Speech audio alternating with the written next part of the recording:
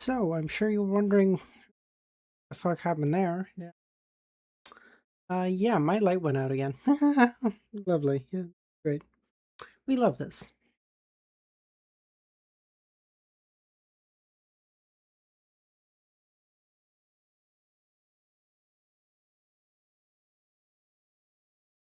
Okay.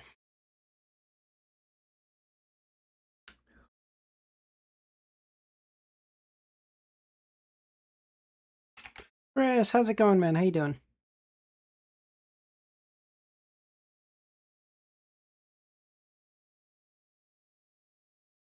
Mm-hmm. Mm-hmm.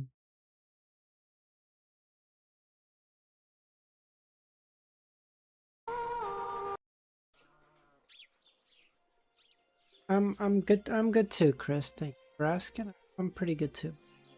Arsh, how's it going, man?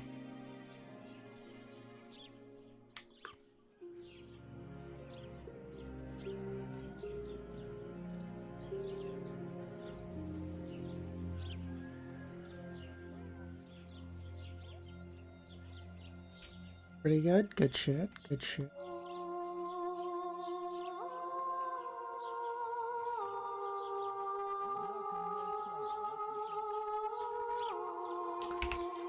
Penis.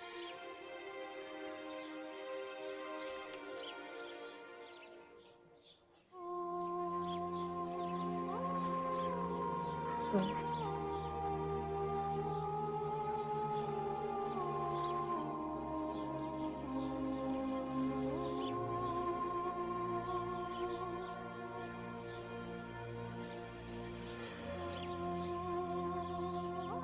This ain't regular time. I never said regular time, idiot.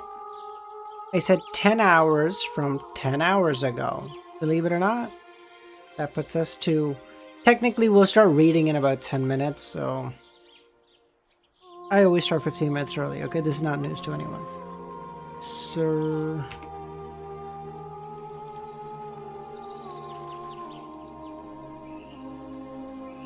S-U-R-E.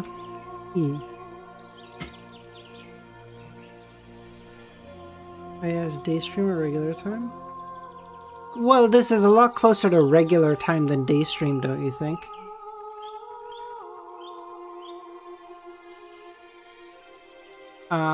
S-U-R...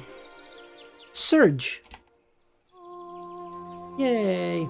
Bro, I might have to play Ghost of Tsushima. I watched gameplay. I want to play it again. Oh, dude, I've played Ghost of Tsushima, I think, more than almost any other game. I think there's like 2 or 3 games that I've played more than Ghost of Tsushima, like replayed number of times. I think the only things above it are like, in my mind, Witcher 3. Witcher 3 I've replayed more than any other game, by far. Skyrim, maybe Cyberpunk, but it's close with Ghost of Tsushima, and then it's Ghost. I fucking love Ghost of Tsushima. Ghost of Yote was fine, but it did. Oh man, I don't know. There was certain of Ghost of Tsushima. Okay.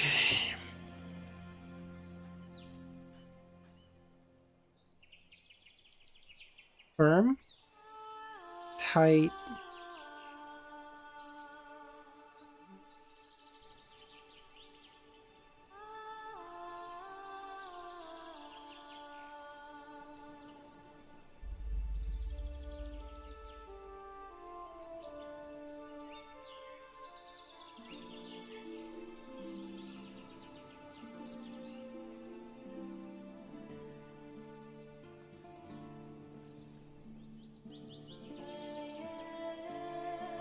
There's only one game I could always come back to. It's Black Flag. Oh man.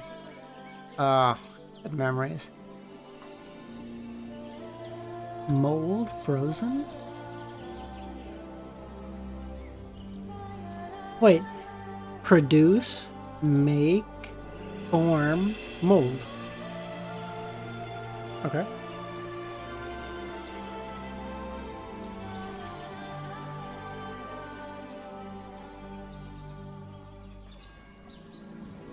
Firm. I'm thinking like handshakes. Like, okay, you give a firm handshake, you give a tight handshake, you give a...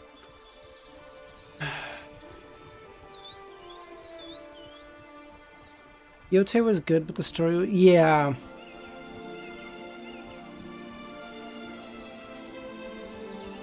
Is still the best AC? I don't know. Honestly, I didn't play a lot of Black Flag growing up, so I don't have a huge amount of stuff to compare it with. I was lucky enough to play Black Flag in particular, though, so I do. So I know, I remember how good it was, but I didn't play a lot of them, so I remember playing that one, and I think Unity, and like I can't remember playing anything else. I might have played one more, but I can't remember it.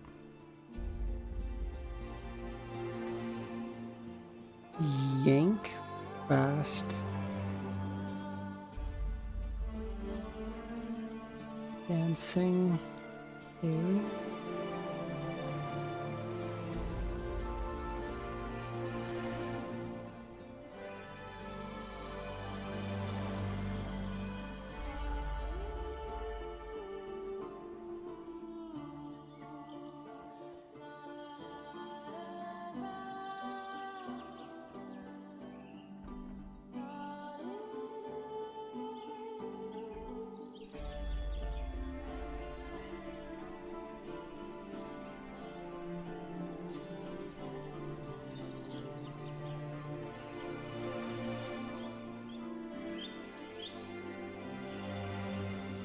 Fast, firm, frozen type. MLB player for short. A-Rod.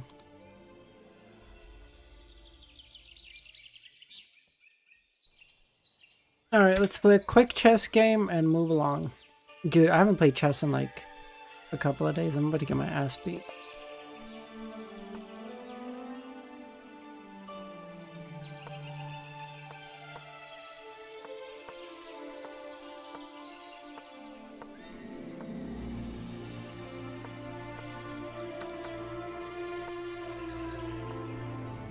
You played last stream? Yeah, how long ago was last stream, buddy? It's been a little bit.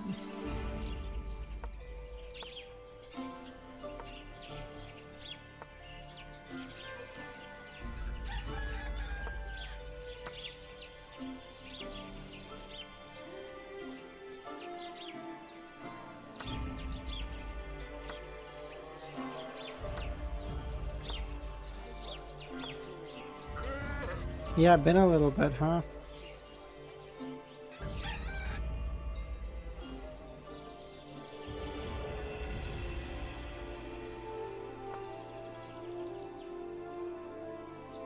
Does make much sense.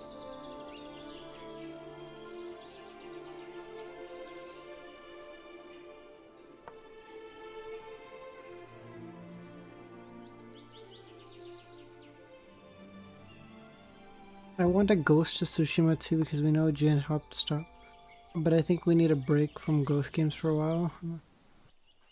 I don't know if necessarily we need a break, just because, you know, the amount of time between the first and Yote was a decent bit of time, man. It wasn't exactly like it came out quickly by any means. So I don't know if I necessarily agree we need time. I think they just did something really special with the first one, and even they don't know what the secret sauce is, if that makes sense. They're like, I think we can do it because, like, you know, if we make a game with like more weapons and like more of this and more of that, and it's like, nah, I don't think you really know what made the first one so special. I don't think you know. I don't know either, mind you. I'm not claiming to be some fucking, I don't know, IGN IGN games reviewer. But like, I don't know, there's just like, oh, it's like everything was so good. Like, you know, the whole fight with like Jin having to like overcome his morality and all that stuff. Like, it's just, it's so well done.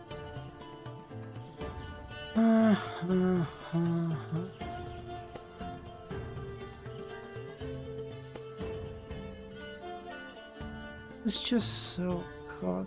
Play Alien Isolation? I've never played one actually.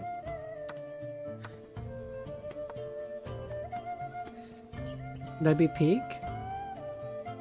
Oh, we could do that.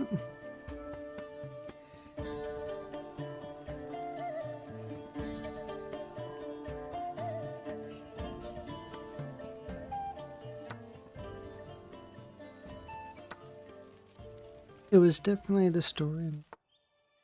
Like the game, like I just recall the game having so many incredibly memorable missions and stuff. Like just so much stuff that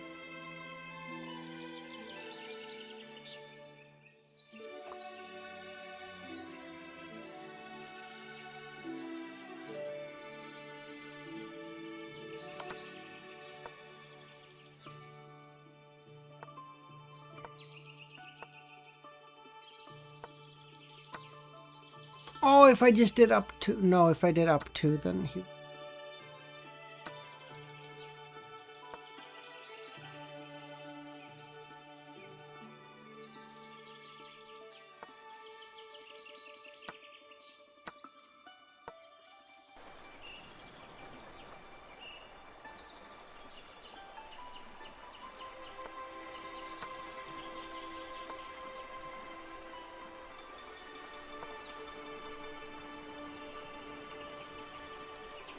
He takes...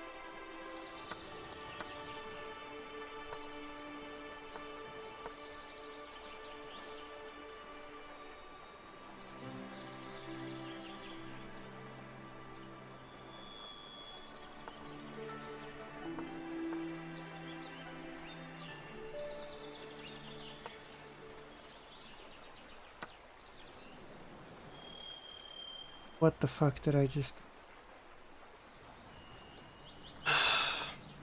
I might have just lost. I might have actually just lost here.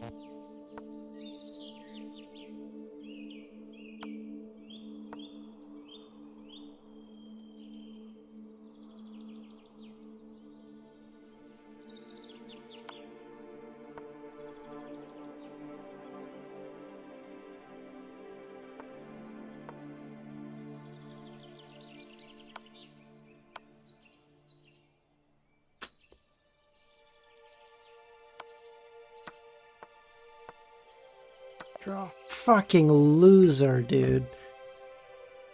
Ah, fuck. Did I have... I feel like at the end I had a way to win. I feel like at the end I had a way to win. Well, he did play better than me, so maybe the draw was my best.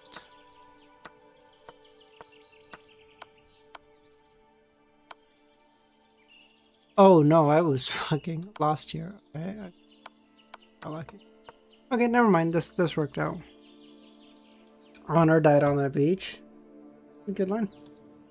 Plus, like I just remember like the fight with the uncle at the end and all that. Like it's just oh man, it was just such a good story.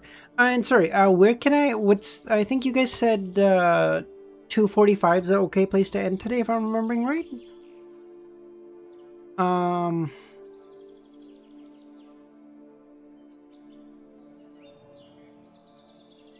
45? Okay, sounds good.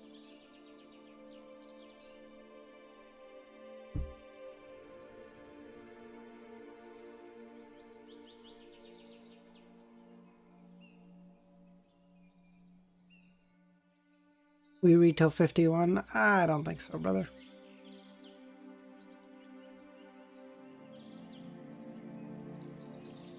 I don't think so.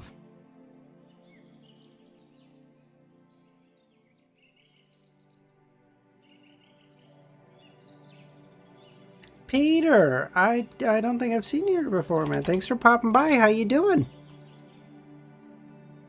Kami, bro. Getting your new streamer bitch friend is reads about 5 chapters a day. Okay, go cry. I do think so, man. What else you doing? We're watching Game of Thrones in 2 hours. What are you talking about?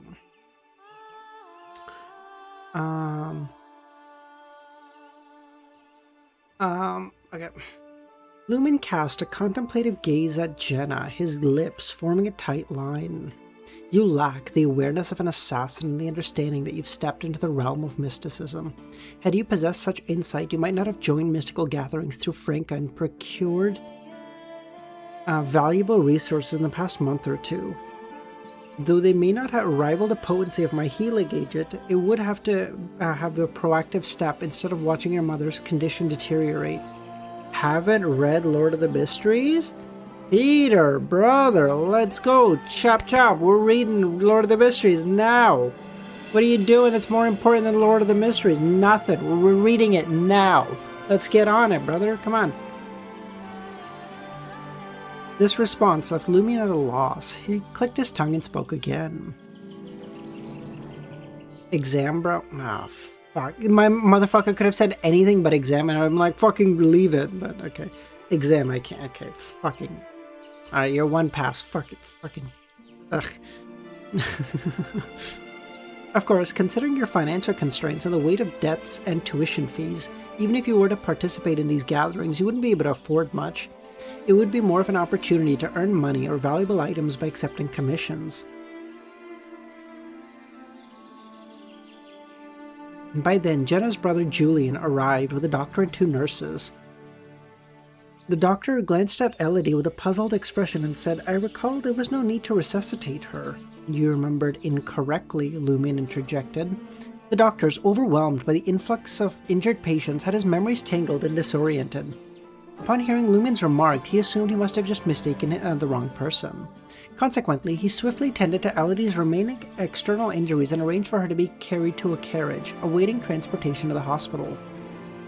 Connected to Quartier de Noël and the bustling market district stood Passy Bridge, one of the 5 bridges that stretch over the mighty Sorrenzo River in the city of Trier. Peter, I assume you're in college or university, or are you in like high school? Watch this motherfucker be in like middle school.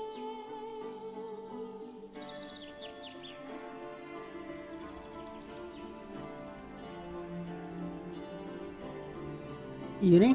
Nice. Okay. Year 3? Nice. What are you taking? Nestled between Passy Bridge and the Holy Palace Hospital, generously funded by the EBS Church, Elodie, a devout follower of the EBS, had been admitted to this renowned establishment. Placed on the top floor of the 6-story building, she shared a ward with 5 other patients. Jenna watched as doctors and nurses meticulously drew blood, conducted examinations, and administered intravenous drips. The hospital has undergone quite a transformation this last couple of years. Oh, Lumion said. A few years ago, when my father and others were brought to the hospital, the more severe cases were immediately taken to the operating room. Those with lesser injuries were simply bandaged and given medication to gauge its effectiveness. There was no blood being drawn, and the examinations were rudimentary. It's completely different now. That's good, Lumion nodded. The school is just brutal, but you get used to it. Fair. What are you taking?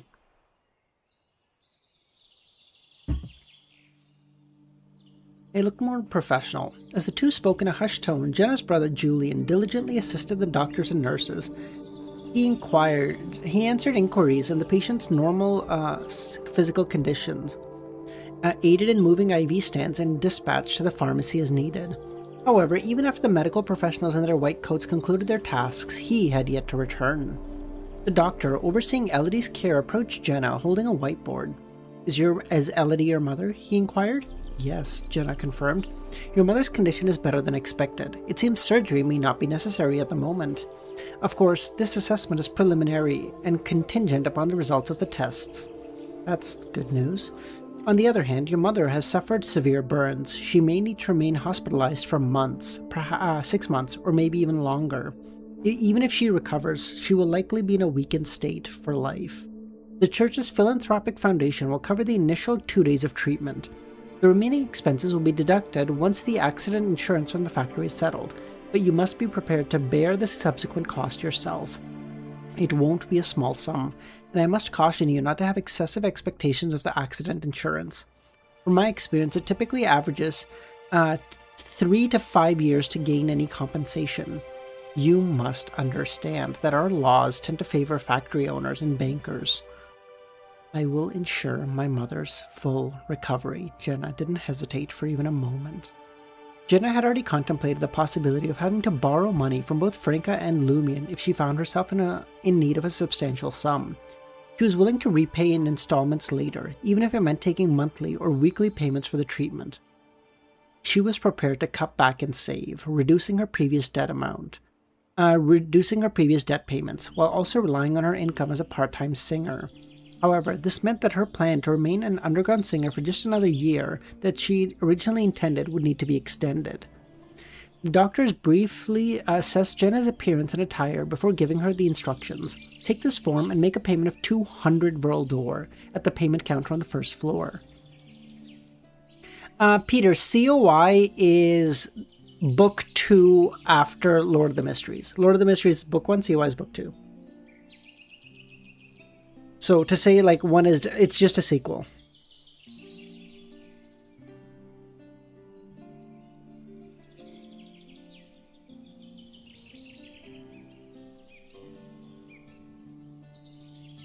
So you can create, oh wait, you want to write a book, Peter? Shit.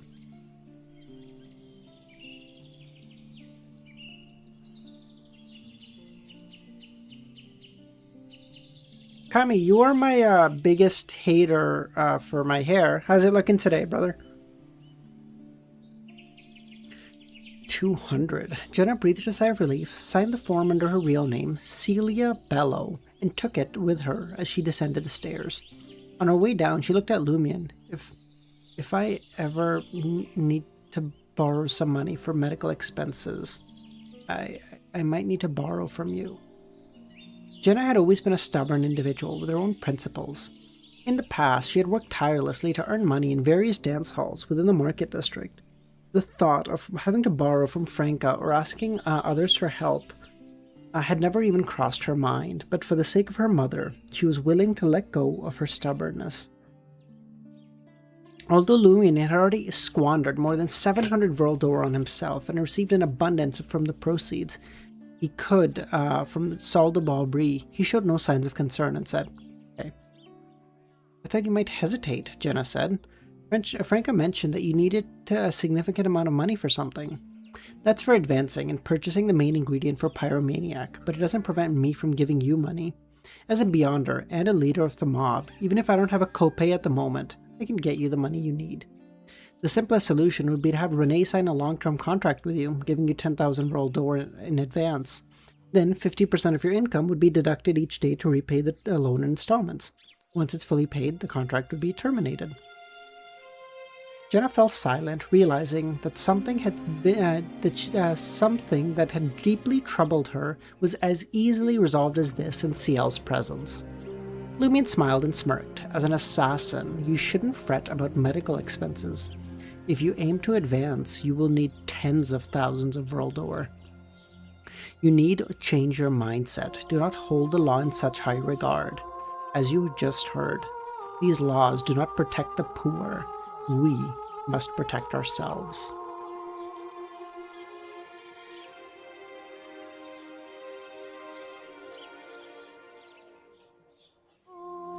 Once you've come to terms with this, we'll kidnap the former factory owner and get money from him. After the verdict is announced and he pays the compensation, you can donate the money to someone in need. As long as we execute it cleanly, combined with Franca's anti-divination measures, the likelihood of succeeding is quite high. We won't even leave a trace behind. This doesn't sit right with me. God damn it, are you the instigator, or will I become the instigator? How are you so adept at bewitching people? Eventually, you must face the consequences of breaking the law. I didn't finish, Lumion said. We can only do what's necessary. We can't act recklessly. Not only would it bring danger, but it would also increase the odds of losing control. Kidnapping the factory owners to reclaim the compensation your family deserves. I need to use the restroom, Jenna said. By the time she emerged from the washroom, she had a stack of 200 Vrildor in her hand. Seeing Jenna pay the initial treatment fee, Lumion glanced at her and commented, "You can't tend to a patient dressed in like this. I'll return to the dance hall and get your clothes. I'll help you secure some time off too. If your mother's condition worsens, come to me or Franca immediately." Okay, Jenna pursed her lips. On the second floor of Salle de Brie, just as Lumion was about to inform the manager about Jenna and ask him to reschedule tonight's performance, Louis approached. "Boss, half an hour ago, the boss sent someone to deliver a bag of items to the financial safe. He said it was for you." Something from the boss? Supplementary ingredient for the pyromaniac potion? Lumion nodded and entered the second floor corridor. Upon opening the safe, he felt a burning sensation. Inside the grayish-white cloth bag were 3 glass bottles, one containing a bubbling crimson blood from which fire burst out. Another held blood-colored powder at the bottom, while the third contained a finger-sized stone. "Please tell me we advance today, please, let's go!" I like Jenna, Uth. Her mom, I also like, because like, she was a nice cleaning lady and stuff. She was a very nice person. I don't know anything about the brother Julian, though, so I don't know. 3 Rue de Bleu Blanche. Lumion, having left Salle de Brie, headed straight to Franca, intending to borrow 4,000 Vrildor, using his share of Harvest Sacrifice as collateral. Upon opening the door and seeing Lumion, Franca clicked her tongue. "Did you hear? There was an explosion at the southern part of the market district." Lumion recalled something. He spoke in a deep voice. There was an accident at the Goodville chemical factory this morning. The owner of the factory paid a visit to a member of Parliament's office.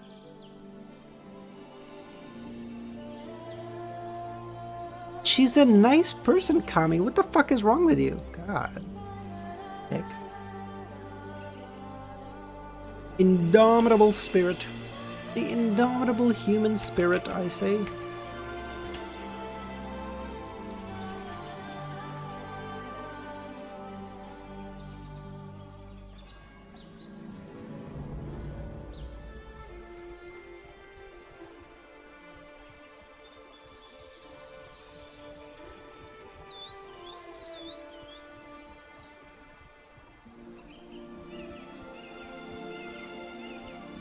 After hearing Lumion's words, Franca exclaimed, "God damn it, are we dealing with that lot again? The fuck is Hugh Artois up to? I can't fathom the purpose behind causing a chemical plant explosion. Maybe it's just a coincidence. Bono Goodville and Hugh Artois have a good relationship, so it's not unusual for him to pay him a visit. But it just so happens there was an explosion at that same time." Lumion couldn't dismiss every coincidence in life, but he also couldn't treat each as a problem. "True enough," Franca nodded. "Coincidence? You think not?" "However, I must remind you that the chemical plant explosion isn't meaningless. It may have already resulted in numerous deaths, and that holds great significance for certain dark rituals."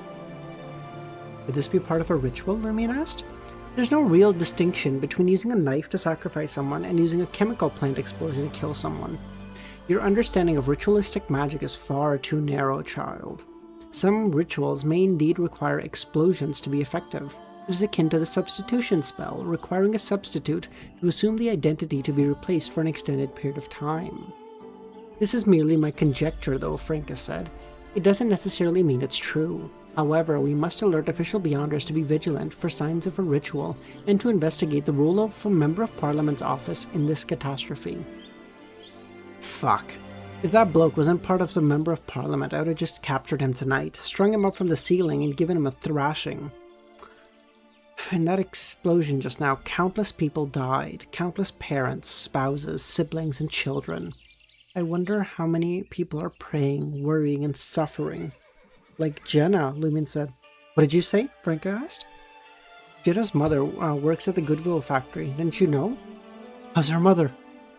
Lumion briefly recounted how he had accompanied Jenna to Rue Saint Hilaire in search of Elodie and had used the last bit of his healing agent to save her. Why wasn't I there?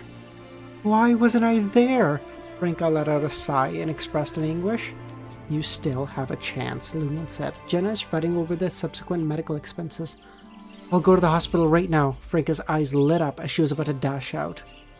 Lumion called to her, don't forget to bring the Poison Spur mob's healing agent with you. I'm concerned that her condition may worsen. Without waiting for Franca's response, he also added, also help Jenna bring the dress she wore this morning. Oh right, I need to borrow 4,000 Vraldor from you. And I can offer you half of the harvest sacrifice as collateral. I already gathered the supplementary ingredients for the pyromaniac. So soon? I haven't even begun looking. Last night I ran into the boss of the mob at the entrance of the Parliament office and confessed my plans to advance. I requested he keep an eye out. You're more cunning than I realize, kid, Jenna said. Confiding in Gardner. Clever. What? Can't you consider me? Don't you know that I also wanted to help you gather the supplementary ingredients for Pyromaniac through Gardner? He's a sequence 6, or maybe even a 5. And he has a group of hunters working with him. He won't be lacking. Luckily, I haven't approached him in the last couple of days, or he surely would suspect we're having an affair. Lumion had always assumed that Franca would seek materials through the curly-haired baboon society, and hadn't expected her to approach Martin. Franca returned to her room and retrieved a banknote worth 4,000 Vraldor, a banknote, and handed it to Lumion and reminded, once you obtain the main ingredient, do not rush to concoct the potion. You must ensure that your condition can withstand the impact of advancement, or it is best to delay. I'm well aware, Lumion said. Before you go to Jenna, he said, it would be wise to inform the authorities. The explosion just happened, so there may be some clues. Before bidding farewell, Lumion asked, if the living are the third best sacrifice, what are the second best and the best? Second best are beings with beyonder characteristics, and the best are demigods. Okay. Quartier de Noël, 6th floor of the hospital. As Jenna returned to the ward from the bathroom, she spotted her brother Julian, assisting her mother in tucking in the corners of her blankets. Elodie remained unconscious, but her complexion showed signs of improvement. Julian stood up and beckoned his sister to his side. Celia, don't fret about the upcoming expenses. I'll find a way. Keep attending your acting lessons. Did the doctors talk to you? Yeah. Instead, Lumion nodded. Don't worry, my friends have agreed to lend me money and I can repay them over the years with minimal interest. With my earnings as a singer and your wages, if we're frugal, we should be okay. That's CL? Julian spoke. Yes, he's one of them, but I have others as well. And Franca, the red boots I mentioned last night, for example. She recalled how 2 years ago Julian had contemplated secretly selling himself to the Balas Pass Import and Export Corporation, unbeknownst to their mother, in order to become a disposable mercenary and pay their debts, allowing Jenna to pursue her dream as an apprentice actress. Fortunately, that plan was thwarted. Just as Julian was about to respond, his gaze fell upon a tall, slender woman. Franca. Jenna eagerly approached her. Rue de Bleu Blanche, inside the safe house. Lumion, having acquired Sunstar and currently distilling its extract, took a seat and awaited Madame Magician's response. On the desk in front of him, fire salamander blood, magma pyroxene powder, and red crown balsam powder were neatly arranged. Just as the Sunstar extract was about to be completed, the arm-height doll, dressed in a light gold gown and exquisite yet slightly peculiar facial features, appeared on the windowsill. It placed a metal biscuit tin on the windowsill and sniffed the air. Extract this the next time you summon me. Alright. The request was so unusual that Lumion was almost taken aback. In an instant, the puppet vanished. Lumion opened the bright silver biscuit and beheld the small crimson heart, silently burning. Hallelujah, let's go, baby. The pyromaniac characteristics softened considerably, following the potion formula's instructions. Oh no, Peter, it's very... The way it's written is very nice, and I will also say, obviously, like everyone else here knows this, but I'm paraphrasing it quite a bit. But it's written quite nicely. It's not written... Like, one of the things I have a problem with is, like, when authors or, like, even orators use, like, big words for no reason. There are times when you use I say a big word, but you know what I mean, a more complex word because it provides a certain level of extra detail. But then the problem is most people use bigger and more complex words just because they want to show that they're like, oh, look how smart I am. I know this word. And it's like, ugh, like you don't speak succinctly. You don't write succinctly. It's just fucking bug. I really have, dude. I gotta just stop reading COI. This shit is so cringe. I might as well just read this shit on my own time. Like, there's no fucking point. We have this many people just watching Game of Thrones. Discord.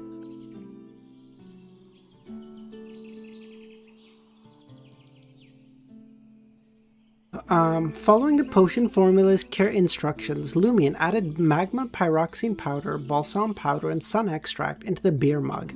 As he did so, the blood mist surrounding the heart shrank, giving rise to a yellowish liquid. In Lumion's eyes, this was the pyromaniac potion. But rather than consuming it immediately, he closed his eyes first. Plague, how's it going, man? In his mind, he conjured images of Fleming's lifeless body dangling from the window frame. The lunatic's will inscribed on a sheet of white paper. Check message? Oh, sorry.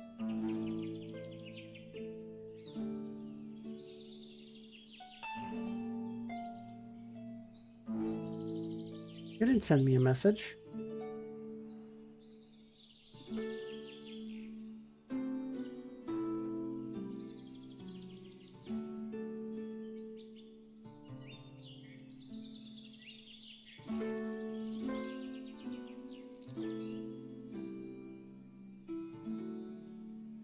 When's the music change?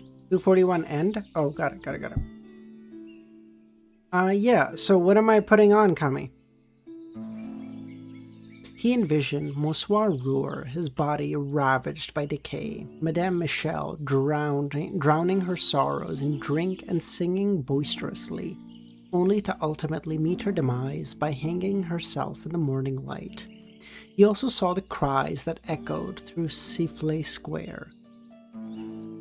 Then he glimpsed his own stubborn and determined self as a wanderer. He witnessed his unwavering spirit, refusing to surrender despite the repeated blow.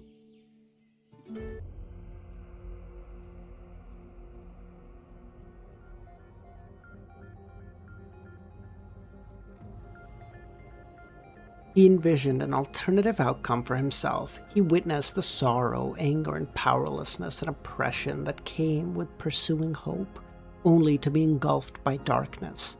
The mocking laughter of fate resounding in his ears, igniting a raging fire within his heart. If this wasn't the unavoidable conclusion, if this is the fate of insignificance, if efforts yield no fruit and hope remains forever out of reach, then I shall fight with every ounce of my being to change it. Even if there is no light ahead and hope dwindles to a mere flicker, I will fight to my last breath. Motherfucker Member of Parliament. Motherfucker Guillaume Benet. Fucking heretics. Motherfucker Termy Boris. Motherfucking Inevitability. Lumion's eyes snapped open as he solidified his final acting principle as a provoker. Provocation symbolized his indomitable spirit. He didn't need this for his digestion assistance. With a raging fire in his chest, he seized the beer mug and guzzled it down. It burned from his mouth, down his esophagus into his stomach, searing into his heart. That was a fucking good... Oh, dude, that was really good. That was really, really good. Pyromaniac, let's go! Let's go, baby! Oh, this is gonna be fun. Okay. If this is anything like Klein during his magician phase, oh, this is gonna be so much fun. Devil, am I ahead of you now? Officially get fucking rolled, loser. You had like 2 years of head start, still losing. Stay mad.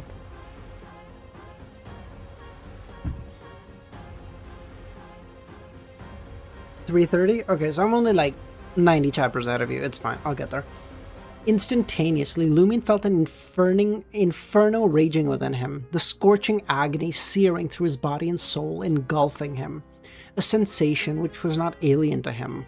Whether it was the dire wounds inflicted during his pursuit of the flaming monster, or the brink of losing control while receiving a boon, they had all set him ablaze. In this moment, the tormenting fire failed to extinguish the blazing determination in his heart. He defied destiny, yearning to alter the course of events, to incinerate the oppressive flames of despair and desolation.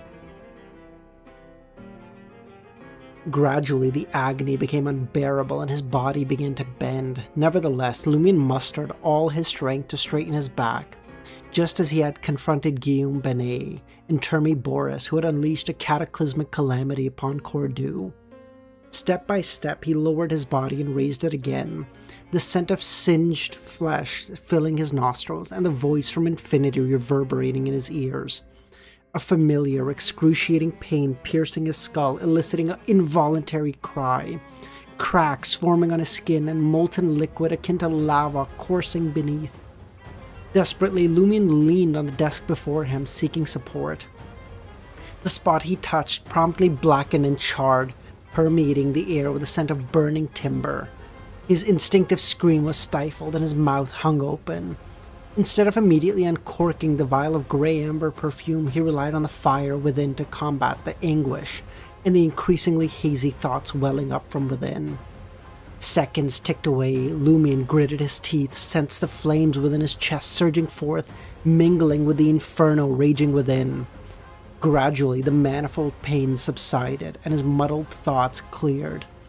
Using his hands as support, Lumion hoisted himself and cleared his gaze towards the full-length mirror. Reflecting in the glass, his blonde locks regained a tinge of black, his attire reduced to tatters. His body bore scorch marks that swiftly scabbed and fell to the ground, revealing his fair complexion. Peter, good shit, dude. Appreciate you popping by. I'll see you tomorrow, hopefully. And good luck on your exams, bud. Simultaneously, Lumion beheld two crimson flames ablaze within his eyes. It was only after striving to regain composure and his racing heart that his flames dissipated. In the next second, in the next heartbeat, Lumion raised his right hand, manifesting a crimson flame in his palm.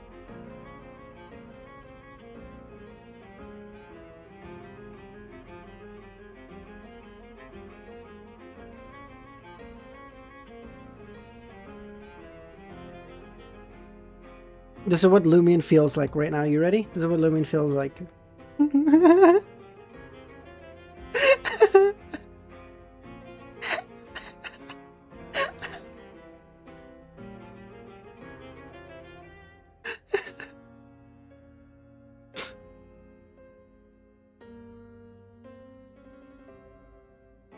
He had triumphantly ascended to a sequence 7 of the Hunter Path, emerging as a pyromaniac. From his palms, flames surged, intertwining with the original crimson hue, constantly compressing. In the span of more than 10 seconds, the fiery crimson transformed into an incandescent white. The temperature and explosive force it contains surged to even greater heights. I can wield the crimson flame directly or by accumulating and compressing it, unleash an even more scorching white-hot ablaze. Lumion's palm appeared impervious to the scorching heat. Having already concluded a preliminary assessment of his condition and the mystical knowledge he had acquired, Lumion had gained a fairly comprehensive understanding of his powers. First and foremost, a pyromaniac's spirituality had seen a remarkable improvement, leading to a transformative shift in Lumion's spirit vision. No longer confined to a chaotic spectacle, he now possessed the ability to employ a more discreet and expeditious activation method. Moreover, he could finally perceive the hues and shades his sister had described, discerning the various components of the ether body.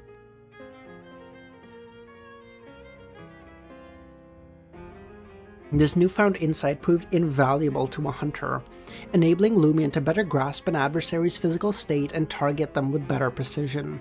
Secondly, his instinct for danger had undergone significant enhancement. Gone were the days when he could only sense trouble at the very brink of eruption.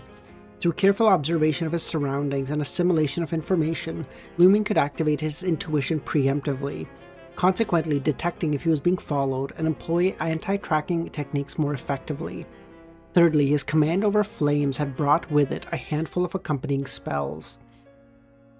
At present, Lumion's primary ability involved controlling the flames that originated from within him or were conjured by his own hands. While he possessed an affinity for flames and combustible substances in his vicinity, his influence over them was still somewhat limited. It was, however, possible that upon digestion or advancing, changes may yet occur. Furthermore, Lumion could employ the flames he had created as weapons against his adversaries. However, once the flames left his body, they no longer fell under his domain unless he had pre-invested a portion of spirituality into them. In essence, altering the trajectory of a fireball mid-flight still proved to be quite challenging, necessitating a supplementary expenditure of spirituality. The control of flames can be categorized into 7 aspects: compression, a bombardment in the form of a fireball. Secondly, igniting a layer of flames over his own skin, affording him a measure of defense against freezing effects. Thirdly, fashioning various temporary weapons using flames, capable of inflicting scorching, cutting, and piercing damage. Fourthly, Lumion had mastered the act of delayed explosions. Fifth, he possessed the power of an AoE effect. By extending the reach of his flames instead of hurtling them forth, Lumion could ensure precise control over their detonation. Thank you. By the way, no, Kami, I know you said you did this on the fly, but that music was fucking perfect, dude. As it turned on and I was like reading it, I was like, holy shit, this is actually kind of goated shit. No, that was really good, dude.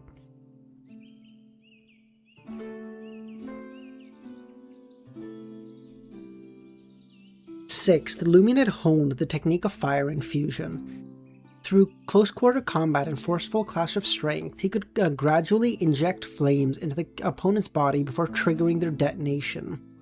The 7th aspect involved imbuing his weapons with fire damage.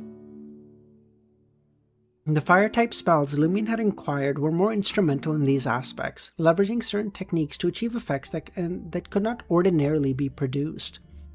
The spells at Lumion's disposal were as follows: Fire Ravens, Blazing Spear, Wall of Fire, and Giant Fireball.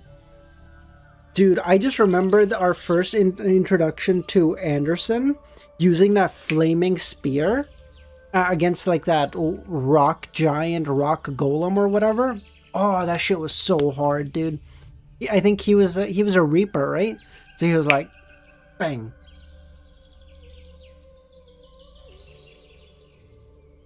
That shit was hard as fuck.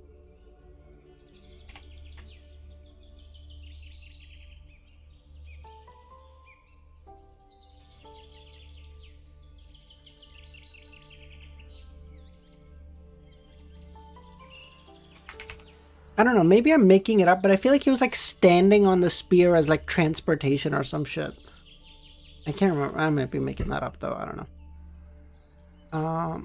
Of them all, the Fire Raven spell stood out the most. With its aid, Lumion could swiftly condense a flock of flaming ravens around him, bestowing a fraction of spirituality upon each avian form, granting him a degree of control even after they departed from his body. Without this spell, Lumion, a recent convert to Pyromaniac, would need to expend at least 3 times his present store of spirituality and energy to achieve a similar outcome. Blazing Spear entailed the rapid condensation of white flames. Though he could only maintain the shape of the spear infused with spirituality, they could roughly guide Lumien's created fireball. By utilizing the ground as a conduit and drawing upon his own essence, the wall of fire summoned forth a pair of flaming serpents that slithered towards the enemy. The fuck? Giant fireball. Self-explanatory.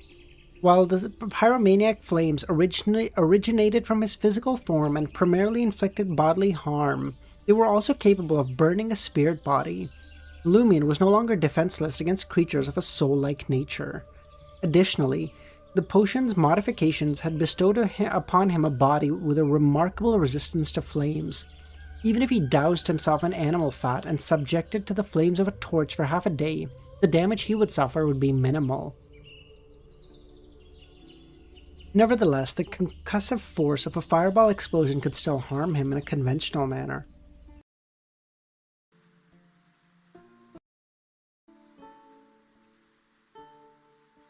Lumien held the belief that as he advanced to higher sequences, his body may even merge with fire itself. That'd be cool. With a casual flick of his right hand, the blazing white flames dissipated into the thin air. Then, with a firm grip, he summoned a longsword crafted from crimson flames, materializing it from thin air.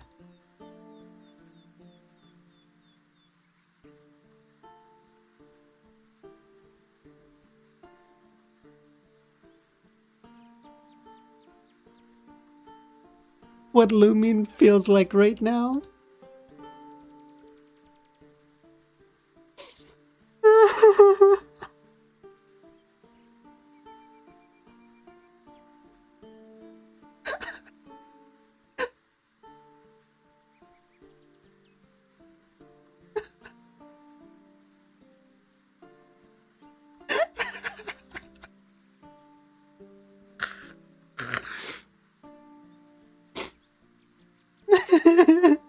Dude, he pulls out his shoes like, I'm so cool, bro, chill.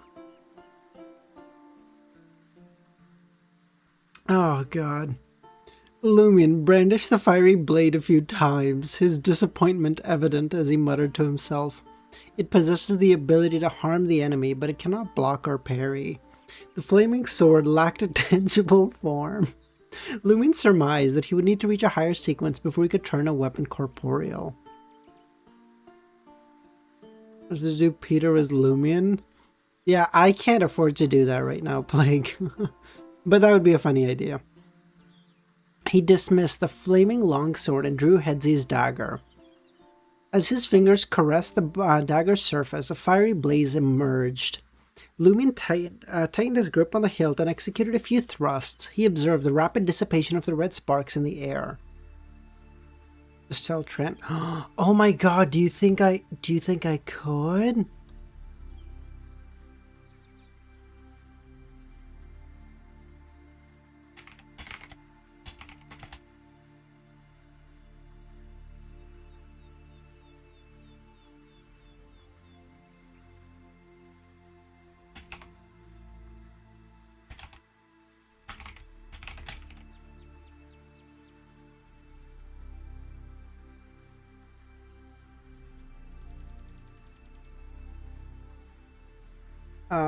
Having confirmed his powers as a pyromaniac, he organized his desk and donned his regular clothes, casting a final glance at his reflection in the mirror, smiling.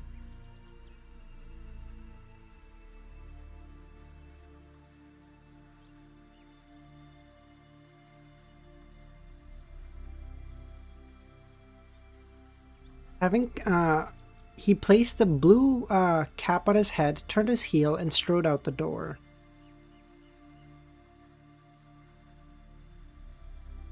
He placed the dark blue... crimson flames silently erupted in his wake.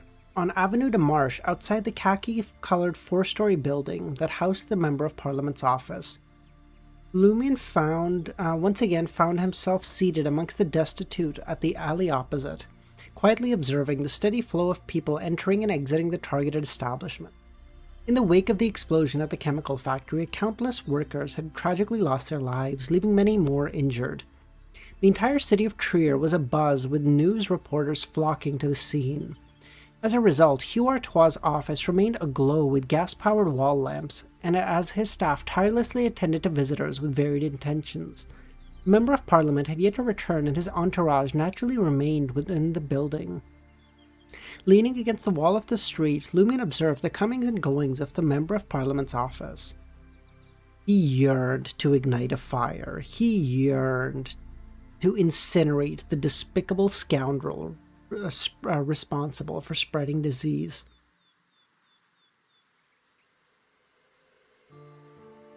Oh, she's listening to cute lolly things. I'd be concerned.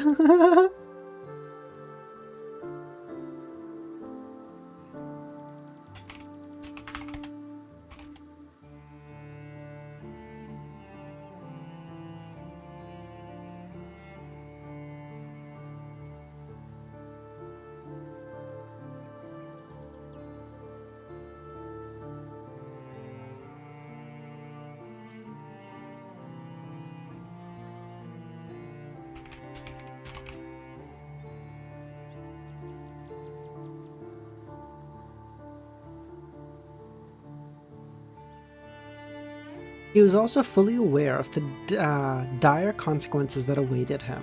As a pyromaniac, he understood that he alone was not yet strong enough to face off against the evil gods blessed who surrounded Hugh Artois. Yet he simply longed to take action. He couldn't shake the feeling that no matter how fierce a conflagration may be, it all started with a single spark. I think so, Kami. I know I can, but I'm curious if she would do it. That'd be fucking hilarious. Do you think I could... best AI image generator. A good one. Oh, I think Grok is pretty good at that, no?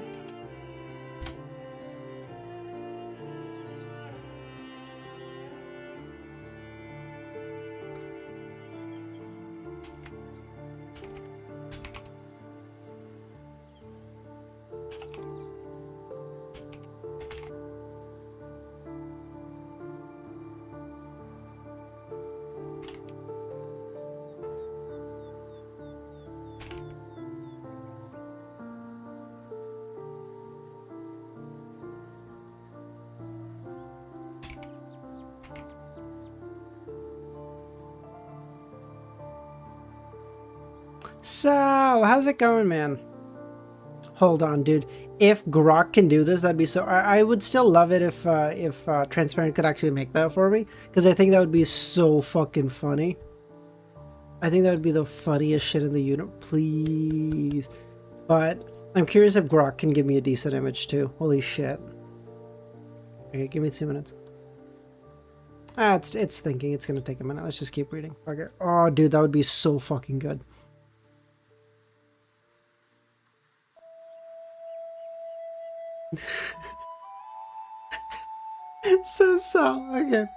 Okay. So Lumion became a sequence 7, like in this chapter, right?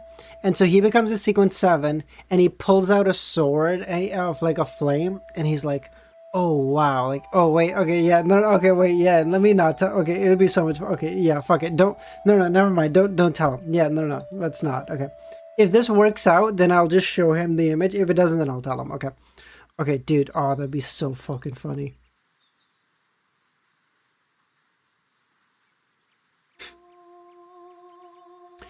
For now, wait, hold on.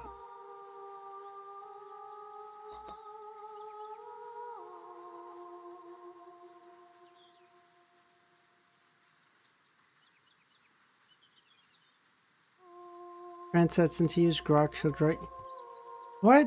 No, what?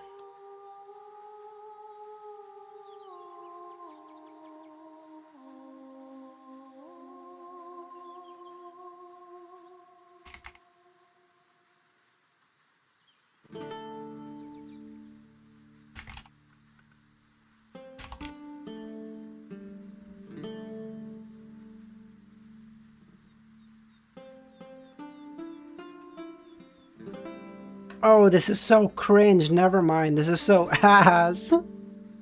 This is so ass. I need Transparent to do it. This is so ass.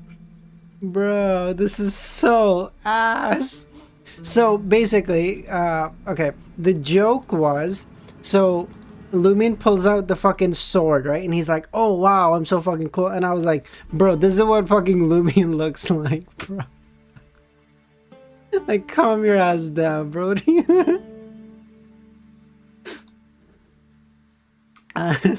So I was asking Transparent if she can make an image like this with the Lumion with the Peter as Lumion. I asked Grok to make it, but Grok is dog shit. So, ugh.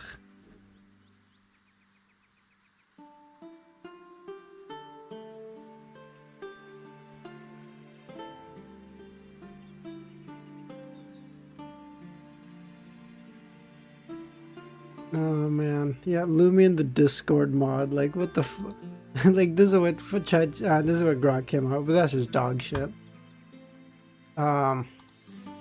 Oh, dude. Okay, 243. Visit. Who's visiting? Oh, so.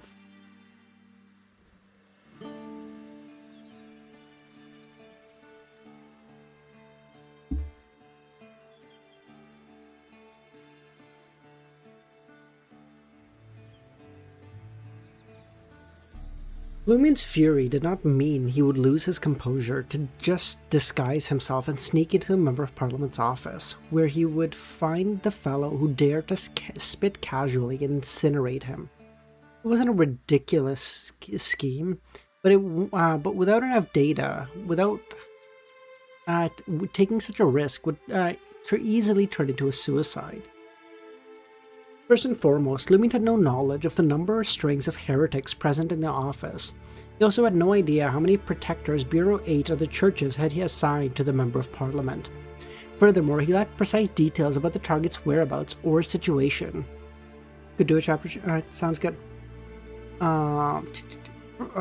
Even if he managed to infiltrate successfully, finding the target would not be easy. Lastly, he hadn't yet devised a plan for sneaking in and sneaking out. Nevertheless, Lumion couldn't deny that the chaos caused by the chemical factory provided an excellent opportunity for infiltration. For now, his temporary strategy was to be patient hunter. He would trail the target silently, observing his movements and waiting for the perfect moment to strike. Based on the target's status in Hugh Artois' campaign, Lumion surmised that the man couldn't be too powerful. He clearly didn't possess godlike abilities. Even if he were a mid-sequencer, he would likely be no higher than a sequence 7. Lumion wasn't overly concerned if his judgment was wrong and the target turned out to be a sequence 6 or 5. In fact, he even believed that Mr. K would find the hunt for heretics intriguing. Lumion breathed out slowly, his gaze fixed on the brightly illuminated, khaki-colored 4-story building. He continued to gather information. As time passed, he noticed a middle-aged scavenger carrying linen bags sifting through the trash. The sight made Lumion sigh. In Trier, people couldn't scavenge just for the sake of it. Each scavenger had an employer, whether they worked full-time or part-time. They were assigned specific areas and were not allowed to cross boundaries. Violations were often led to conflicts and violent encounters. As a result, Rura and Michelle wished fervently that Hugh would host banquets every day instead of wandering into areas where banquets were already being held, as these spots belonged to other scavengers.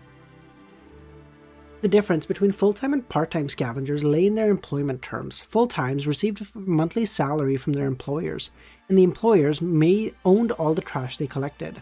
Occasionally, they would stumble upon valuables or usable items. They would decide whether to surrender them or keep them. Part-timers like Rura and Michelle didn't have a salary. They scavenged in the morning and evening, delivering all they could to a designated place, typically owned by their employer. These circumstances restricted street tramps to scavenging for food and clothes with little opportunity to exchange their findings for money. Lumion waited patiently until 9 p.m., observing as the number of guests entering the office gradually dwindled.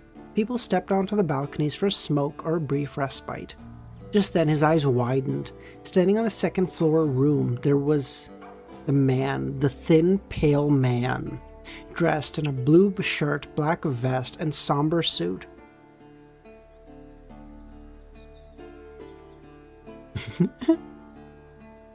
Kami, that's not even that far out. Hold on.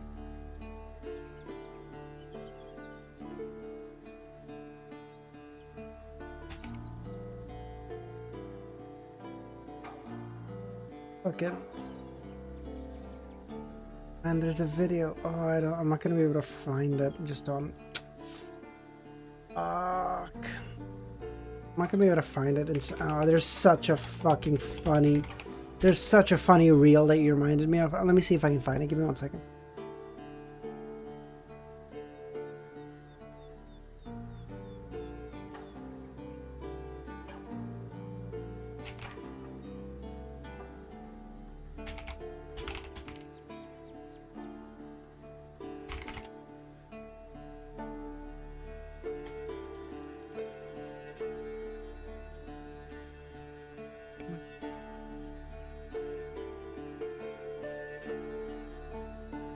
Oh, fucking Christ, man.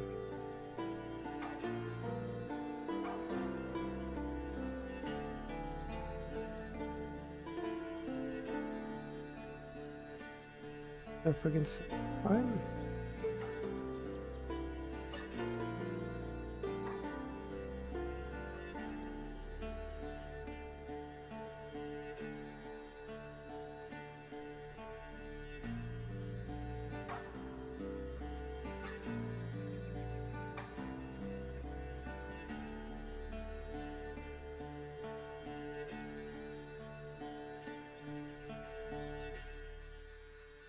I'm not gonna be able to find it out.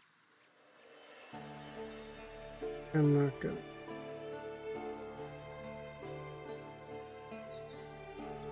Wait. Oh, wait.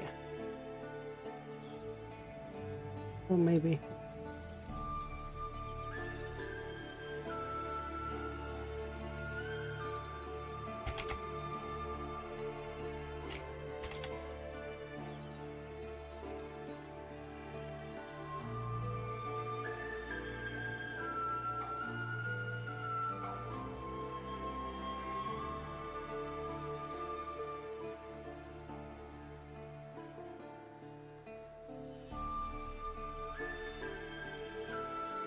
Oh, I think this is it. Oh, wait. Oh, I think I actually... Oh, there's no fucking way. I actually managed to fucking find it. Wait, Kami, what did you send? I've got a meme here. Dude, I do. I have a meme for everything, I swear to God. I've spent a lifetime cultivating it. Hold on. Oh. I'm gonna be homeless. You still can't find a job? No. Like, why did I even go to college? You should have gone to trade school. I make $1 million a year. How many hours do you work, though? 1 billion. I found some work in the private sector.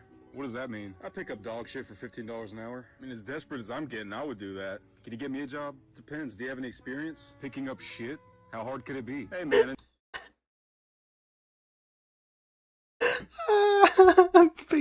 Picking up shit, how hard could it be? Oh my God. Oh.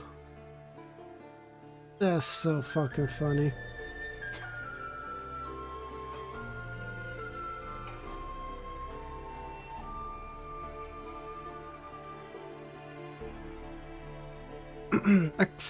A fit of violent coughing shook the frail young man as if he wished to expel his lungs from his body.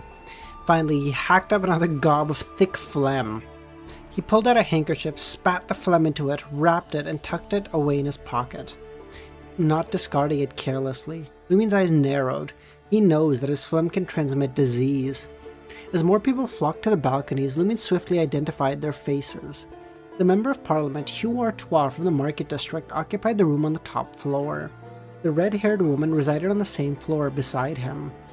The second floor, on the opposite end of the corridor from the spitter, was a man in his 30s with gold-rimmed glasses, a document always in hand. Every now and then he would wander to the balcony to enjoy a smoke and the view. The third floor housed a tall, muscular, middle-aged man occupying the central office. Directly beneath Hugh Artois on the fourth floor, was a refined young man in a white shirt and a dark blue coat. She shared the same side of the building as the man with the gold-rimmed glasses. Lumion observed closely and deduced that the rooms adjacent to the spitters were part of a collective office, likely accommodating several employees, implying that the probability of them holding any significant status was negligible. So the other party intentionally distanced themselves from the incessant coughing and spitting man. But they believe the Member of Parliament's office is heavily guarded, and that individual possesses beyond her powers. It is highly unlikely for an attack to be directed at him. True enough, if an assault were to occur in the office, the target would undoubtedly be the Member of Parliament himself. Only then would it be worth the risk. The dilemma now laid in how Lumion could infiltrate the office unnoticed, particularly given his conspicuous golden hair with a touch of black. After careful consideration, he devised a plan. He departed from the vicinity of the office and made his way back to the safe house. Thank you, Kami. Lumion firmly believed that since the embrace of an angel would shield him from the prying eyes of a deity, it definitely ensured sufficient anti-divination effects. Just as before, he found himself bathed in a radiant brilliance and the divine majesty of an angel. Once he completed this ritual, Lumion pressed his hand to his head. His golden and black hairs erupted in flames, cascading down like withered grass. Only a few hair roots remained. Did he just singe off his own hair? He's bald now?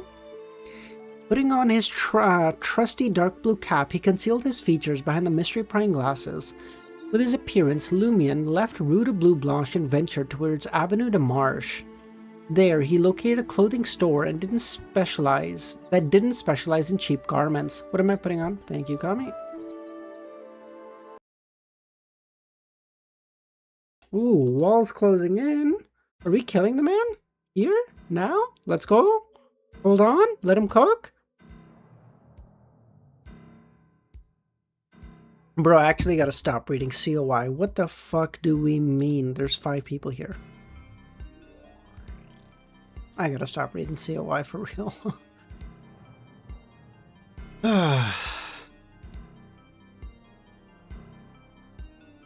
The 2 shop assistants, a man and a woman, were taken aback when they saw a man dressed like a vagrant entering.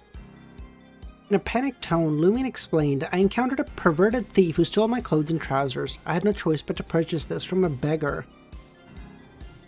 Kami, yeah, it was like 9, dude, chill. The female shop assistant struggled to suppress her laughter. Yeah, badly played. They had witnessed similar situations countless times before, well aware that those who made such excuses were often involved in affairs with ladies, fleeing in a state of undress with their wallets once their husbands arrived. When someone confidently claimed that their predicament stemmed from an affair, it usually meant they had genuinely encountered a thief. In the end, Lumion acquired a suit that appeared decent, but was actually quite ordinary. It included a shirt, coat, bow tie, and a dark cane. A total cost of 78 Verl d'Or. After covering his tracks and returning to the safe house on Rue de Bleu Blanche, Lumion shed his disguise once again, adorned the mystery-prying glasses, following his recollection, and skillfully applied makeup. His aim was to transform himself into an older version. As he gazed into his mirror, Lumion looked like a middle-aged man, complete with a fake brown beard. Thus, Lumion assumed the identity of Bono Goodville, the proprietor of the chemical factory. Though the resemblance was only 40 to 50%, anyone acquainted with Bono Goodville would instinctively mistake Lumion for the man, provided they didn't scrutinize him. In this guise, Lumion intended to infiltrate the Member of Parliament's office. Before embarking on the mission, he ventured into the underground and stashed Tramp's attire in a cavern. Emerging from Trier, Lumion hastened to the khaki-colored 4-story building that housed the Member of Parliament's office. After observing a brief moment and ensuring the figures in each room remained relatively unchanged, he lowered his head, partially concealing his face. "Whom are you seeking?" inquired an armed guard. "I'm looking for the Member of Parliament," Lumion said. One of the guards caught a clear glimpse of the visitor's face and said, "Monsieur Goodville, what brings you here again?" He halted his words, realizing the gentleman who had recently experienced an explosion had abundance of issues to address. The guards refrained from further inquiry and stepped aside. The lobby on the ground floor bustled with activity despite the late hour. Lumion preserved his desire to remain inconspicuous. With his head lowered, partially obscuring his face, he proceeded to the staircase. Employing the same tactic, he passed by the 2 armed guards and ascended to the 2nd floor. Orienting himself, Lumion bypassed the 2 employees who emerged from the nearby room and arrived in front of the office of the unhealthy young man. Embedded on the vermilion door was an aluminium white nameplate. Why did I say aluminium instead of aluminum? I switch back and forth on them. Aluminum is like the way we say it here, but the reason I say aluminium is I realized in like grade 11 or 10 that the way you say aluminium, it allows you to spell it correctly. So I'd always say like in my own head like aluminium when I was like spelling it for like chemistry shit. So now my brain kind of switches between them incessantly. Assistant Secretary Tybalt Jacques. Tybalt. Lumion smiled, donning his gloves and tapping the door. You stop and I will curse you to forever stub your toe on the edge of a coffee table. If I stop, can you curse me to have like, I don't know, more viewers? Would that be cool?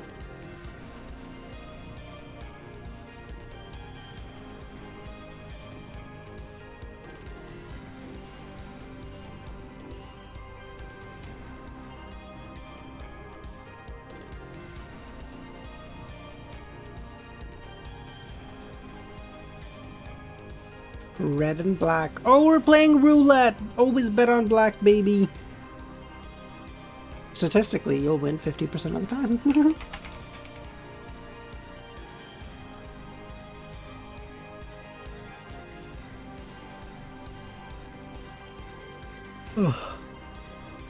Knock knock. The office reverberated. A feeble voice floated.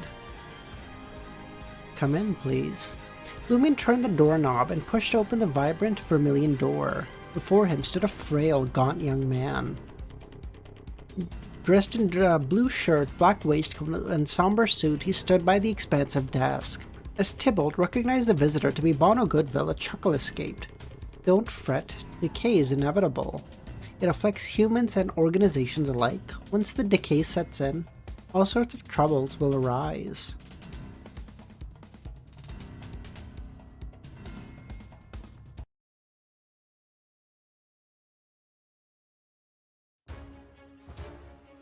Before Tybalt could conclude, he approached Lumion. The guard blurted out, "What do you think you're doing?" Bam! Lumion threw a punch, accompanied by flaming crimson. His actions cut off Tybalt's words, forcing him to raise his forearms to block the blow. Flames flickered, consuming Tybalt's sleeves. Simultaneously, a taunting voice echoed, "So weak?" Originally, Lumion's plan was to cloak his fist in flames, launching a surprise attack on the adversary without alerting the nearby employees. In the ensuing chaos, he would use fallen mercury to inflict a wound upon him. Then, before his foe could recover, Lumion would forcibly make his way past him, exiting the building housing the Member of Parliament's office through the balcony. Through this endeavor, he would employ fireballs, fire ravens, and other techniques to impede his opponents. Even if he sustained injuries, he had to escape in a nearby alley and disappear into underground Trier before Hugh Artois' security personnel arrived. After all, the fiery armor he created had the power to incinerate pathogens. With limited contact, the chance of contracting an illness were slim.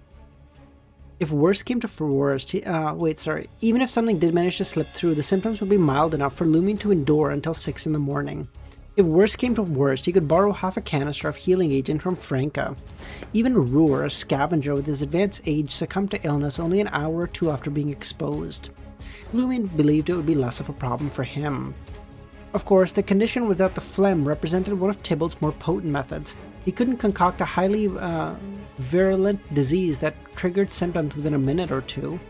Nonetheless, Lumion had his flames to shield him. Yet now, after a swift exchange, Lumion realized that Tybalt was far weaker than he presumed. A revelation that altered Lumion's course of action. Silently, his form shrouded in a cloak of fiery crimson, his flames undulated like liquid, seamlessly encasing his skin, garments, and hat. Crimson flames continued to emerge from Lumion's being, melding into an inferno. It felt as though Lumion had wrapped himself in a crimson cloak, Amidst the swirling blaze, his disguise, countenance, and blue eyes. A blazing fire came into view. With a snap, he discarded the dark cane and launched a fist wreathed in flames towards Tybalt. The cane's handle remained aglow, eradicating any fingerprints, sweat, or handprints. Tybalt staggered back 2 steps as though battling a tempest of fire. He harumphed and expelled a thick phlegm at Lumion. The phlegm met fiery cloak and was instantly incinerated. Lumion's arms, engulfed in a crimson flame, swung repeatedly, pinning Tybalt to the corner of the office. His back pressed against the wall. With no escape, all he could do was parry with his arms. Witnessing the spectrum of witnessing the sputum? What is this? What is this fucking word? A mixture of saliva and mucus? Ugh. Proved futile and provided air heating up under the flame's influence, causing his skin to scorch. Tybalt's heart constricted, just as he was about to cry out for help. However, as he opened his mouth, Lumion's fist collided with his arm, causing him to tremble, and the words became trapped in his throat. Is that all you have? What the fuck was that voice crack? Is that all you have? How dare a feeble fledgling like you spit so carelessly? Didn't your deity teach you to behave with civility? I shall summon 100 vagrants to spit in your mouth. The mockery inflamed Tybalt's eyes, and he momentarily forgot about seeking assistance. All he yearned was for the other party to suffer. Translucent blisters materialized on his skin, brimming with a sickly yellowish black fluid. Lumion's flames consumed Tybalt's sleeves, rupturing the blisters, yet the repugnant yellow-black liquid failed to touch his skin. It was first scorched by the flames before being halted by the gloves. The lingering pathogens on the surface of the gloves dissipated beneath the flames.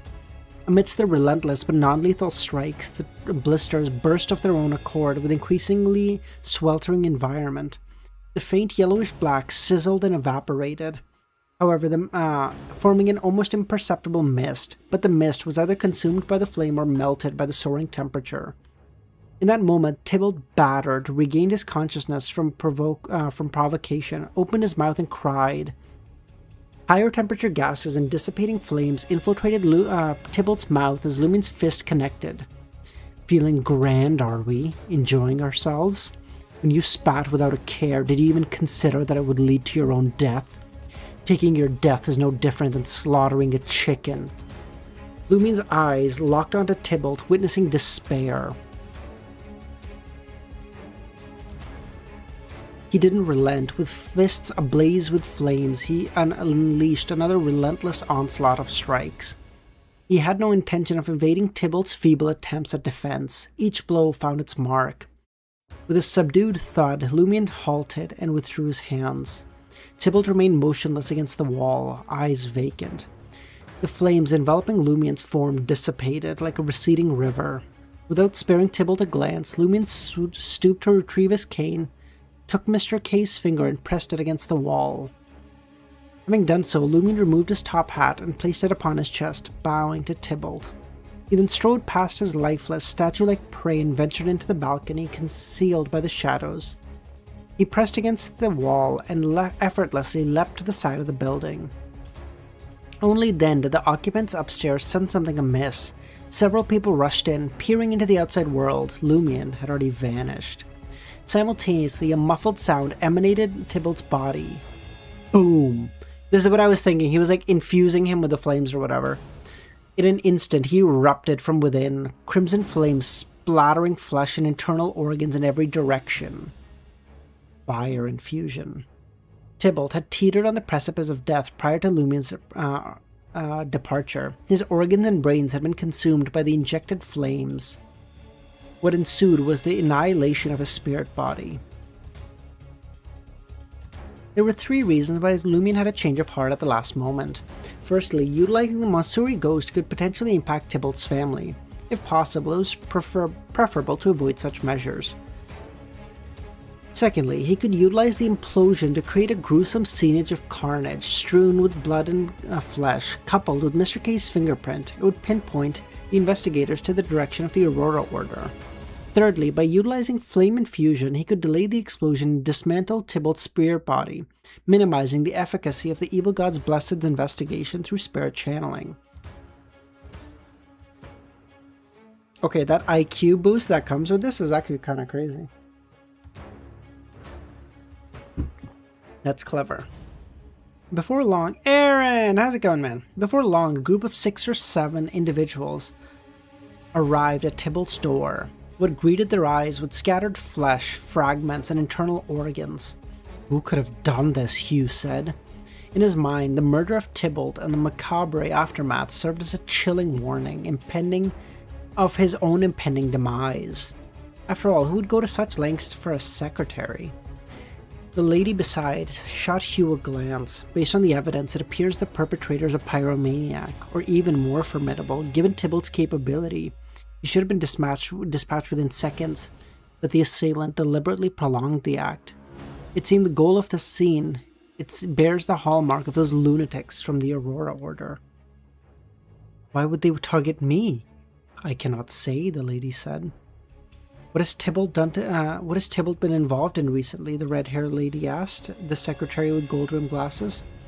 Due to his illness, he intentionally disposed of his disease-ridden handkerchief and ended the lives of 2 elderly scavengers who had no children. I managed to keep it under wraps. The lady muttered to herself, 2 childless scavengers. It seems Tybalt's demise is undoubtedly targeted at the Moswa Member of Parliament. Of course, who would give a shit about those 2 guys? Lumion.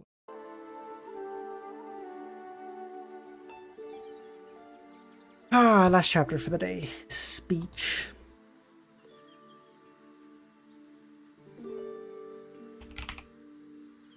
Speech! Moswa, Member of Parliament! Speech!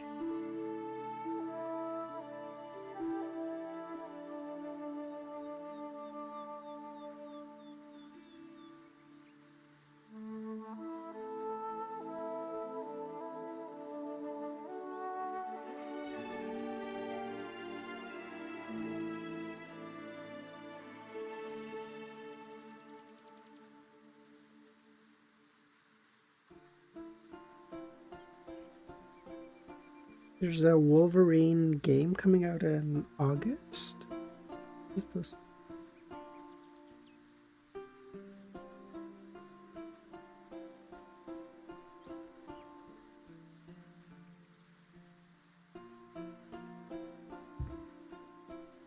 All eyes turned to Hugh and the distinguished Member of Parliament. There's no need to fret, he said, quickly regaining his composure. If the assailant possessed the means to breach 2 layers of defense and confront me, there would be no reason to go through the trouble of assaulting Tybalt. It seems more like an act of blackmail. The 4 members of the campaign present nodded simultaneously. Hugh then turned to the lady with red hair. Cassandra, my knowledge of mysticism is limited. I've only heard that Beyonders can extract the truth from a deceased soul through spirit channeling. Will Tybalt's spirit betray us? Under normal circumstances, we'd have to take the risk of cleansing the situation, but in the recent attack, the assassin clearly took ample time to obliterate the spirit, concealing his own identity. It also assists us. Hugh nodded, with a smile, assuring his other secretaries. Margaret, Ren, fear not. Time is on our side, and the future lies within our grasp. A minor setback will not hinder us. You must believe that our actions represent justice. Justice, they all said. Not only then, but even Cassandra, with her red hair, sensed... looked at Hugh Artois in confusion, sensing they may have misheard. Cautiously, Hugh glanced to the door, silently questioning if anyone may be eavesdropping. After Cassandra nodded, he launched into an impromptu speech. Ladies and gentlemen, while I may not possess the ability to convert and pray for a boon due to my binding contract, I have acquired a profound understanding of our world. You, better than anyone, should be aware of the vast cosmos above us. Countless planets exist within the cosmos, each akin to its own world. Many worlds harbor their own civilizations. The world we inhabit is but one among a endless expanse. The 7 deities have imprisoned us, preventing us from making contact with these civilizations that thrive. They desire our blindness and deafness. They label these magnificent beings as evil gods. They weave falsehoods, warning us of peril that lies in believing in these evil gods. Their goal to prevent us from making contact with these higher civilizations, to keep us confined. If the belief in an evil god were genuinely dangerous, why do numerous civilizations in the universe still exist? How do you know they do? Idiots. I'm telling you, hey, no, I'm the good guy. These guys that you can't talk to all vouch for me. Like, you can't see them, you can't talk to them, but like, I'm telling you, they exist, there's a ton of them, and they really like me, okay? What are you fucking talking about, idiot?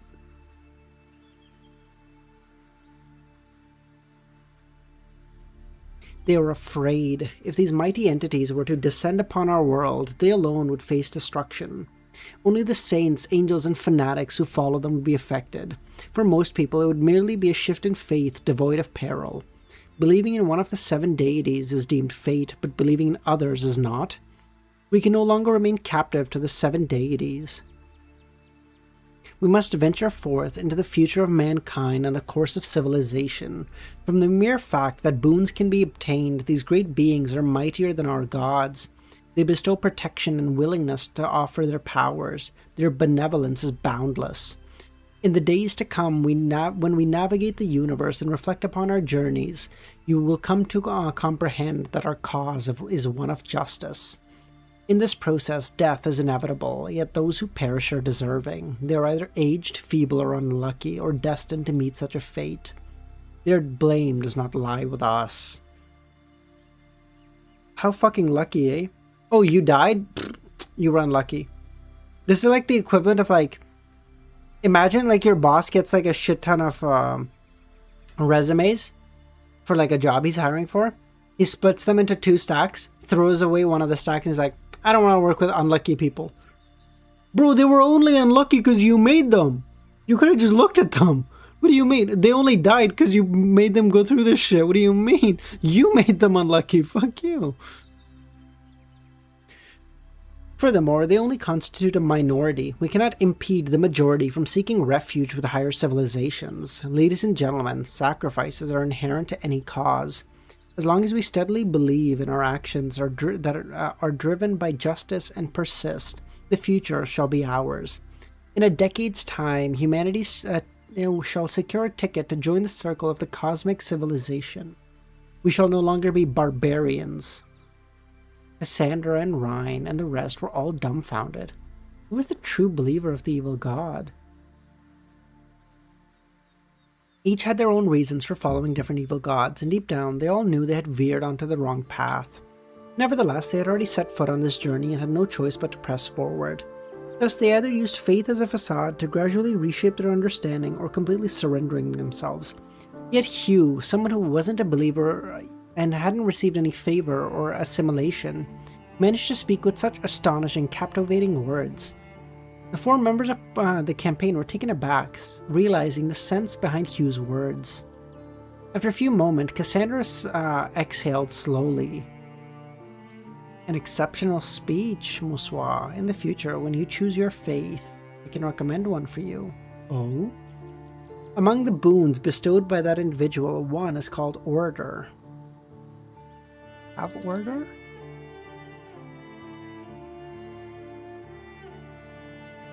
Oh, cool, that's another boon. I didn't have that name.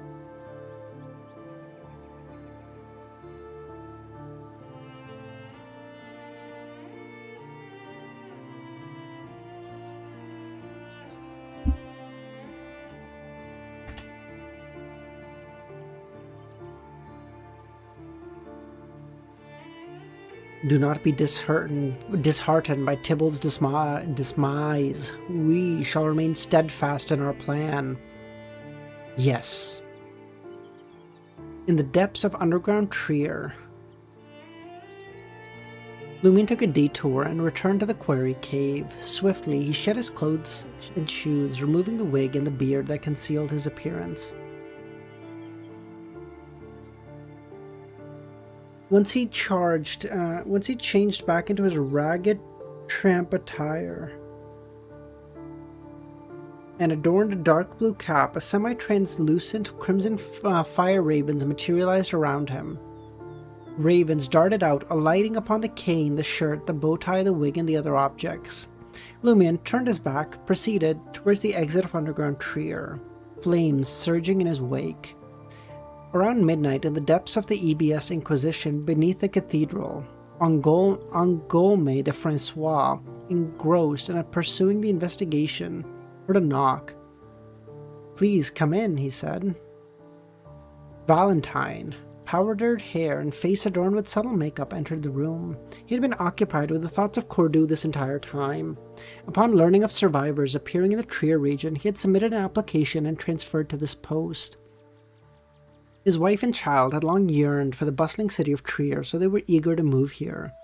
He was on night duty with a few teammates and happened to encounter a murder of a member of Parliament's assistant.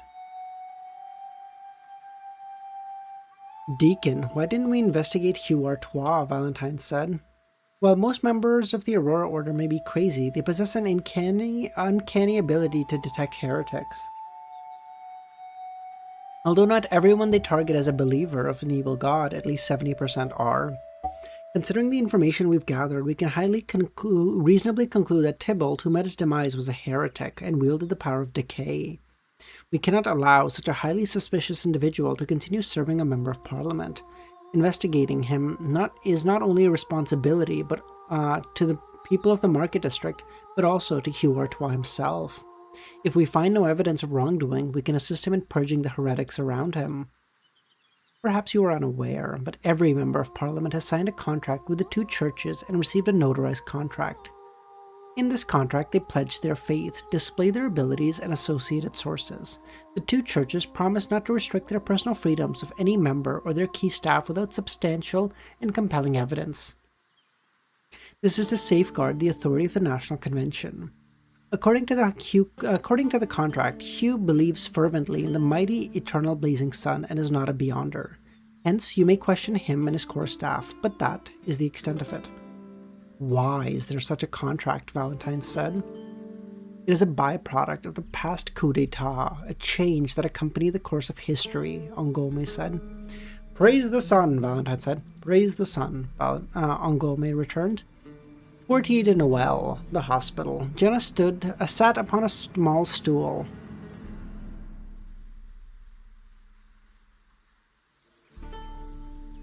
After bidding farewell to Franca and sending her brother home, who had to attend the factory duties come dawn, Jenna found herself alone.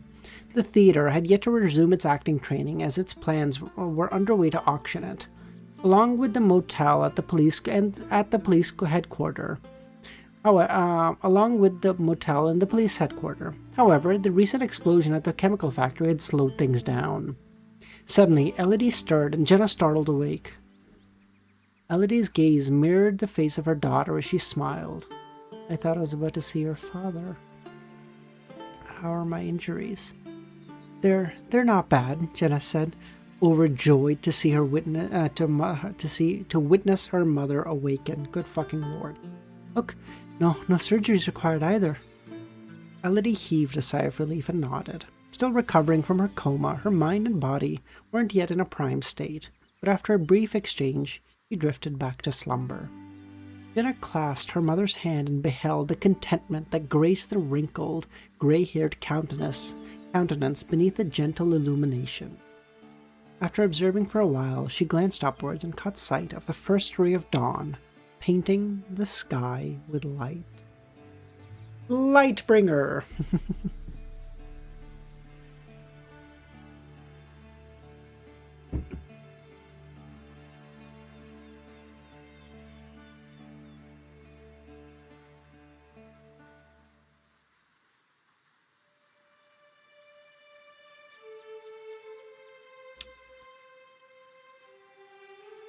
Five more. Fuck knows. Fuck no. 5 more? Bro, I got work in the morning. What are we talking about? Am I gonna stay up for another 2.5 hours and watch Game of Thrones? Maybe shut up, who's asking?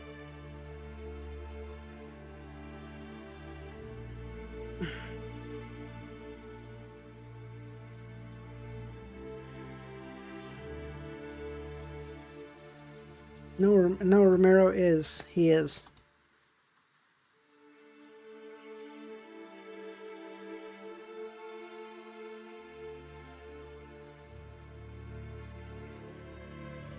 Alright, ladies and gentlemen, y'all have a good rest of your day or nights, and I'll catch y'all tomorrow.